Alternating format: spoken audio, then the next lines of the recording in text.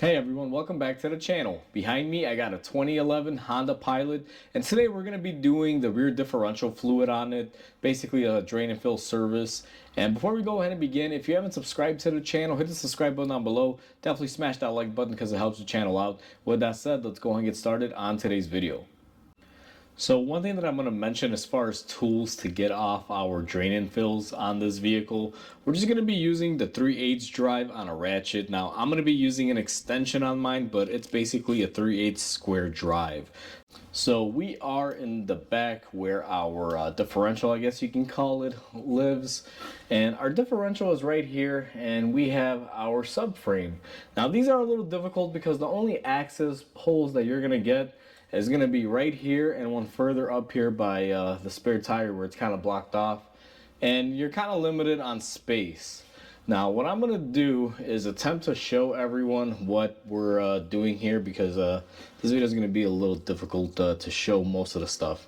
So for our drain plug, it's going to be right here where we're going to access it from.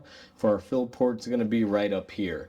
Now you can choose to remove your spare tire or lower it. However, this thing looks really crusty and I do not want to mess with the spare tire, possibly break it. So we're gonna kind of leave it alone.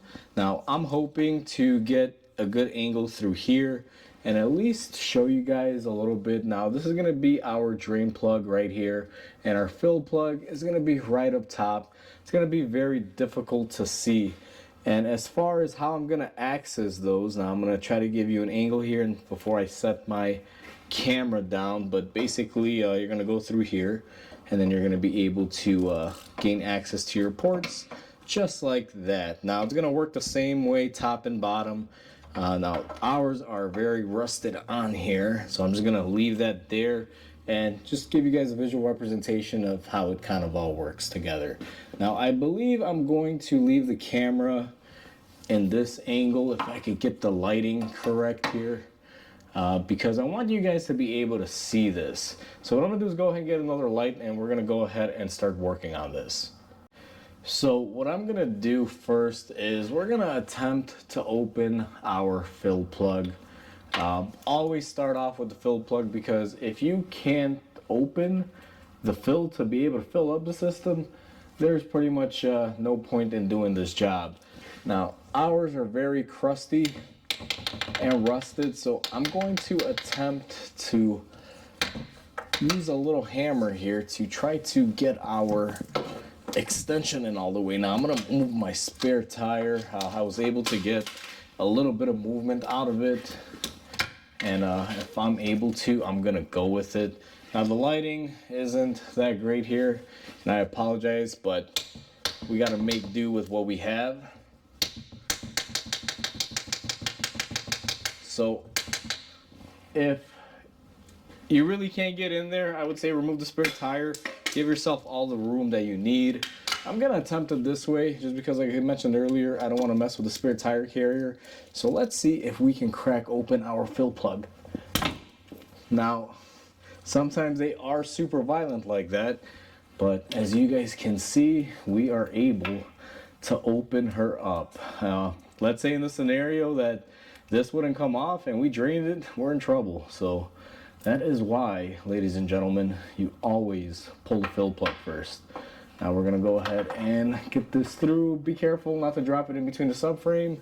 It can happen, trust me, I've seen it done. When that happens, it really sucks. So now what I'm gonna do is take my extension and we are going to attempt to remove our drain bolt. And in the same fashion, we're going to go ahead and knock it in there with our hammer and get it seated in. Make sure you're fully seated before you do anything, because if you're not fully seated, you can strip them out. And we are able to get both of ours loose. Now a little tip or trick you can use when you're reinstalling these is use a little bit of anti-seize on the thread, very, very minute amount, and on the face. That should help keep them from seizing. Now, I apologize for that noise. We had a car out on the street there revving up. And what I'm going to do is go ahead and set the camera up here, because I want you guys to see what's going to drain out. And I'm going to have my drain pan underneath, and we're going to go ahead and pull our drain plug. Now this takes VT4M fluid, I believe, or VTM4 fluid. I always say it backwards. Basically what it is, it's kind of like transmission oil, but not quite. It's specially made for this differential, or rear end, whatever you prefer to call it. Now, one thing you'll notice when you remove your drain plug, you have a really big magnet on there. Sometimes you want to inspect that, make sure you don't get a lot of metal debris on there. Ours is looking good. So while our fluid is still draining out here, you're gonna let it pretty much come down until it stops or starts dribbling. You want to go ahead and clean off your magnet like I mentioned earlier. I did clean mine off. All you're supposed to do is just take a rag, and then just monitor what comes off. Now this is what came off of ours, just a little bit of clutch material, nothing crazy. There's no metal. If you see any hard chunks in there, you may want to consult the dealer or think about replacing it. It all really depends, because that means something is going on the rear end. Now this car does get regular service. I believe I've done the service on it, I want to say about 40 or 50,000 miles ago. But it's always a good idea to do this periodically, every 30 to 40,000. We're doing it here. This car has around, I believe, 80,000 miles on it, or 90,000 on it right now. It's almost at 100, so that's why we are doing the services to it.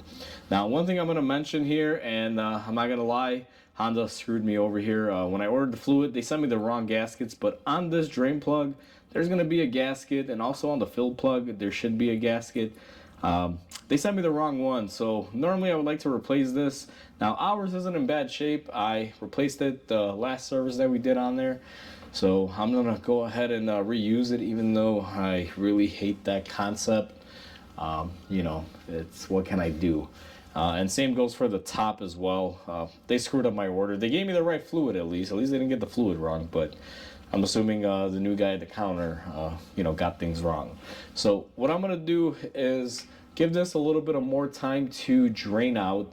Ours is still having a little fine, consistent drain. I don't know if you guys see it here, but we're gonna go ahead and give that some time to dribble out. Now that our oil has pretty much subsided, what we're gonna do is go ahead and take your drain plug and your new gasket, if you were able to get it, unlike me, because the dealer screwed up. Now I'm gonna fish it through the hole. And what I'm gonna do before we go ahead and put it in, because this is a magnet, sometimes it can get some flakes from the subframe here. So what I'm gonna do is go ahead and clean it off. Once I pass it through the frame, make sure there is nothing in there.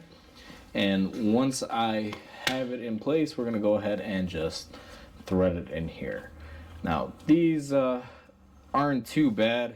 My biggest thing on this is make sure that you don't over tighten it. So what I'm gonna do is go ahead and tighten up our drain plug, and then we're gonna go ahead and fill it up.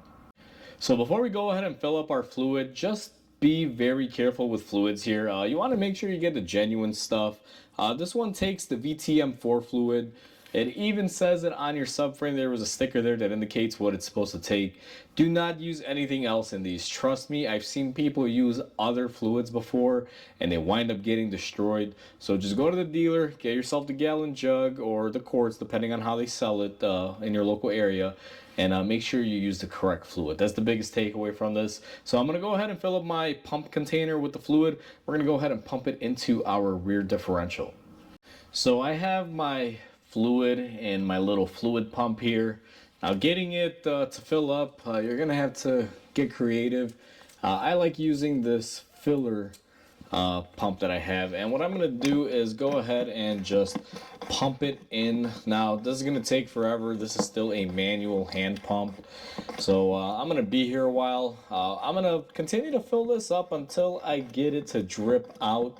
Now, one thing to keep in mind is if you're doing this on the floor with a jack stand and jacks, you want to make sure that the vehicle is level, because if you have it lifted up from the back and it's tilted going forward, what'll wind up happening is you may overfill it because it'll have a slight pitch to it. So be very mindful of that. Now, I'm going to go ahead and do this tedious part. And like I said, when it starts coming out of my fill hole, that is when we are full. So I'm going to go ahead and do this and bring you guys back in once that's all done. So we've gone ahead and we filled it up. I'm gonna pump a few more pumps in here, and everyone can see it is clearly dripping out. So now it's time to remove our little hook portion of our filling tube here. And this thing is a little tricky, but just like that, we get off our fill. Now what we're gonna do is let it taper off, and once our fluid tapers off, meaning it's not leaking out a whole bunch, which is right around that, you can see just a little drip, that means we are full. Now we're gonna take our fill plug and we're going to reinstall it. And once again, if you have the new washer, make sure you install it and make sure your fill plug is nice and clean. Ours didn't quite come in as planned from Honda, but it is what it is. So now that we have our plug hand threaded in there, I'm going to go ahead and tighten it up. With our plug installed and tightened up, what I'm going to do is clean up after the procedure, which is basically just take some brake cleaner, spray it down, make sure you get any of the oil that spilled out off our rear differential here. And I'm going to use a rag just to wipe it down. And once you do that, you're pretty much all set. That's how you do your rear differential service. So we are all set and done. That is how you do the rear differential service on a Honda Pilot. Now, few key takeaway points are, you want to make sure you can move your spare tire or kind of shift it out of the way. I didn't mess with ours. I don't want to break something and have to pay for it. So I kind of left it alone. We just shifted it up to the side a little bit. We were able to wiggle it out. On the second note, you want to make sure that you can open your fill and your drain plug, but the fill most importantly, because if you drain it and you can't fill it, you're in trouble. Now ours was pretty rusted up. Depending on where you live, it may be easy, it may be not, but I always make sure I tap my ratchet in there with a hammer so I can engage as much of that square drive as possible, and that wound up working for us. Another thing is make sure you have the gaskets.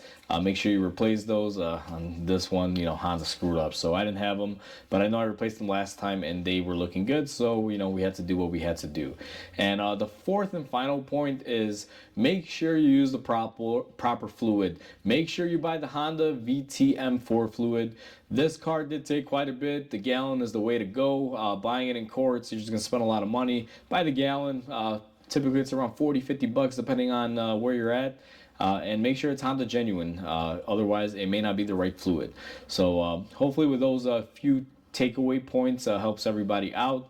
Hopefully the video helped you out, and you know, hopefully your job goes as easy as ours did. So thank you everyone for watching. Please comment, like, and subscribe because it definitely helps the channel grow. I hope everyone has a wonderful day, and I'll catch you on the next video.